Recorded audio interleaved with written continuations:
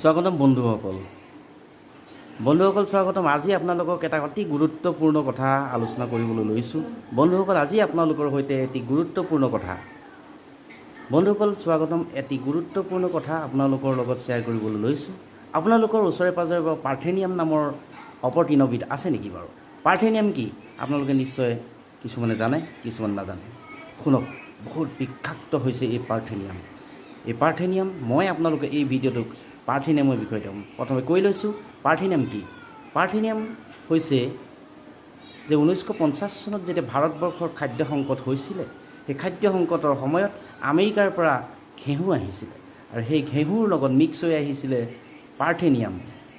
আৰু সেই পাৰ্থেনিয়ামে বিভিন্ন ধৰণে আমাৰ ক্ষতি সাধন কৰিব পাৰে শৰীৰৰ।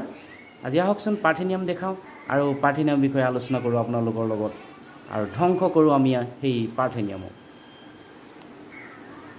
গতিকে এই বিষাক্ত অপতৃণৰ বিষয়ে জানিবৰ কাৰণে ভিডিঅ'টো স্কিপ নকৰাকৈ মনোযোগেৰে শুনকচোন।